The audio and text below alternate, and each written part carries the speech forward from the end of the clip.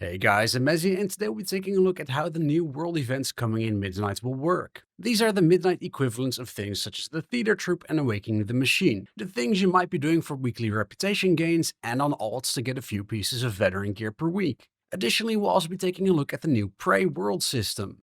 Let's get into it, starting with Saltheril, Soiree, and the Runestones. This is the most involved of the new world events. While the Silvermoon Court is the main renown track for Eversong Woods, this new event will have 4 separate sub-factions: the Magisters, the Blood Knights, the Farstriders, and the Shades of the Row. Every week you can choose to invite one of the 4 factions to the party. Doing this will increase your rep with some of the factions and decrease your rep with others. This will unlock a weekly quest to collect Latent Arcana, with which you can then charge and defend a runestone. We'll get into what that means in a minute, but let's first take a look at the Arcana. There's 2 ways for you to collect Latent Arcana. First off, you can loot them from treasures all throughout Eversong Woods, which will drop a couple of Arcana at a time. Secondly, every week after you invite a faction, you'll also be able to get 3 Saltheril's favor coins from Lord Saltheril. With these, you can unlock weekly quests from any of the 4 factions. You can choose to put all your rep gains into one faction at a time, or you can choose to split them up. Simply head to the representative of the faction and give them a coin to unlock a quest. Each of these quests will give you a bunch of Arcana you need to power the runestone. Once you've looted 100 Arcana, head on over to the runestone and empower it. You'll have to kill some mobs to fill the bar, kill a boss, and that'll be it for your weekly quest. Before we move on, I would be remiss if I didn't mention that alts will be awarded the full currency of 150 Brimming Arcana, which is the currency used by the vendors of the 4 sub-factions for their rewards of Transmog, Decor, and more.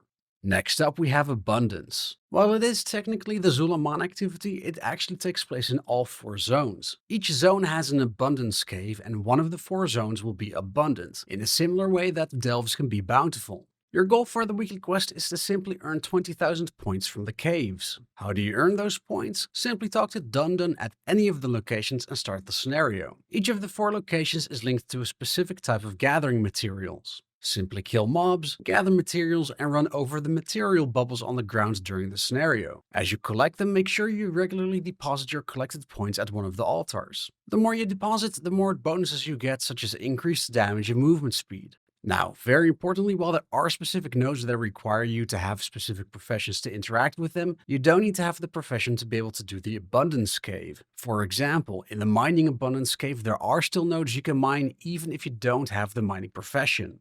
Now, that's all you need to know in terms of the weekly quest, but let's also take a look at the currency and loot system for getting the collectibles associated with this world event. For just the weekly quest, it doesn't matter at all if the cave is abundant or not for you to be able to earn points. You can complete the quest in any of the 4 caves. But if you're looking to get the collectibles such as the Amani Sunfeather Mount, then you'll need to specifically do the cave that is abundant. The Abundance Cave will have the option for you to do the cave as an Abundant Harvest. However, this version of the cave has a price of admission, namely a Shard of Dundun. Every week you can collect up to 8 of these from treasures and rares in Zul'Aman, from NPC crafting orders, and from gathering with gathering professions. Once you have a Shard of Dundun, you can go to the Abundant Cave and choose to do an Abundant Harvest. Earning points in these will also earn you the unalloyed Abundance currency that you'll need for your collectibles.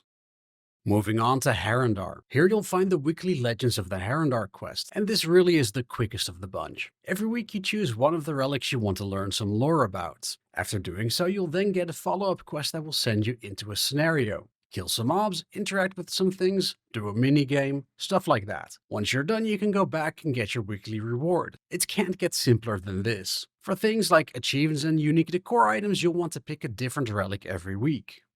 Next up, we go to Voidstorm, and here we'll find what is the most unique event, and the concept is definitely my favorite of the bunch. In the southwest of Voidstorm, every 30 minutes the Stormarion Assault event starts. This is essentially a tower defense event. Every time the event is up, there will be 3 waves of mobs you must defend the Singularity Anchor from. This anchor has 100 health, and each mob that reaches the red circle will reduce its health by 1. Additionally, big elites like the Obscurian Obliterator will instantly reduce its health by 25, so your goal is to make it through all 3 waves of mobs without letting the health of the anchor go to 0. To do so, you have to kill the mobs, but like I said, this is a tower defense event, so you can build defenses to help slow mobs down. The tutorial will explain it all, but in short, every week there's weekly quests for you to earn Stormarion cores. Once you've earned some cores, you can then build defenses around the area by spending 10 cores per defense. There's defenses to deal damage, to slow enemies, and to block them completely. The last one is health though, so it'll eventually die out if you don't kill the mobs attacking it.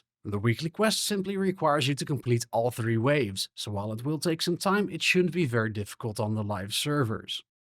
And that's it in terms of world events, but we have one more big world content feature to cover, namely Prey. Prey is a new seasonal feature that allows you to hunt mini-bosses in the outside world through weekly quests. Just like Delves, Prey will have a seasonal reward track, and as you level it up, you'll be able to unlock 3 difficulty levels: Normal, Hard, and Nightmare. The first 2 will be unlocked right away, and Nightmare a bit later on. Every week you'll be able to do 4 hunts per difficulty level. The first 2 normal hunts per week will award you with Adventurer gear. The first 2 hard hunts will award Veteran gear, and the first 2 Nightmare hunts will award you Champion gear. On top of that, they'll also help you fill the vault. Most importantly, the Nightmare hunts will count towards the vault as if they were tier 8 delves. So you can do Nightmare Prey to help get a weekly piece of hero track gear. As far as difficulty is concerned, the higher the difficulty, the more affixes will be active to make your prey hunt more difficult. For example, on Nightmare difficulty there's an affix that will make you have to kill something quickly when it activates, or suffer the consequences if you don't.